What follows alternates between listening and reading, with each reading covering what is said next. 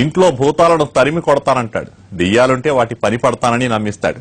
ఆ పూజలు ఈ పూజలని చెప్పి అందినంత దోచుకుంటాడు. మహిళల్ని రోబొచ్చుకుని అవసరాలు తీర్చుకుంటాడు.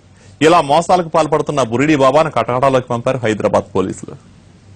వీడే ఆ బురిడి బాబా. పేరు మధుకిరణ్. పశ్చిమ గోదావరి జిల్లా చింతలపూడి గ్రామస్తుడు. హైదరాబాద్ లోని వనస్థలిపురంలో నివసిస్తున్నాడు. ఈజీగా డబ్బు సంపాదించాలన్న దురాలోచనతో బాబా అవతారమెత్తాడు. ఫేస్బుక్ లో పరిచయాలు పెంచుకుంటాడు. వారి ఆర్థిక పరిస్థితి తెలుసుకుంటాడు. మీ ఇంట్లో భూతాలు దెయ్యాలున్నాయని అందర్నీ భయపెట్టేవాడు. అవి పారిపోవాలంటే తాను చెప్పిన పూజలు చేయించాలని నమ్మించేవాడు. ఇలా చాలా మందిని మోసం చేశాడు. కొంపలలో నివసిస్తున్న ఓ ఉపాధ్యాయురాలు ఇతని మాటలు నమ్మింది. ఈమె తల్లికి కూడా క్షుద్ర పూజలు మంత్రతంత్రాల మీద నమ్మకాలు ఎక్కువ.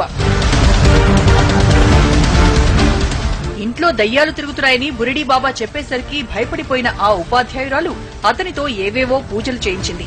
వాళ్లు తన దారిలోకి వచ్చారని గ్రహించిన మధుకిరణ్ ఉపాధ్యాయురాలిని లోబరుచుకున్నాడు. అంతటితో ఆగలేదు. ఉపాధ్యాయురాలి కూతురుపైన కన్నేశాడు. ఆ యువతిని లోబరుచుకునేందుకు ప్రయత్నించాడు. బురిడి బాబా తన కుటుంబంపై కన్నేసి అసభ్య కార్యకలాపాలు సాగిస్తున్నాడని తెలుసుకున్న ఉపాధ్యాయురాలి భర్త పోలీసులకు కంప్లైంట్ చేశాడు. కేసు నమోదు చేసి రంగంలోకి దిగిన పోలీసులు బురిడి బాబా మధుకిరణ్ ను పట్టుకున్నారు. అతడిని విచారించడంతో మోసాలన్నీ బయటపడ్డాయి.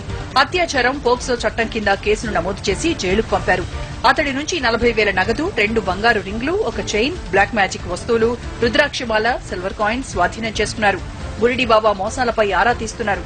బాబాలు, స్వామీజీల పేరుతో ఎవరైనా మాయమాటలు చెబితే నమ్మొద్దని హెచ్చరిస్తున్నారు పోలీసులు.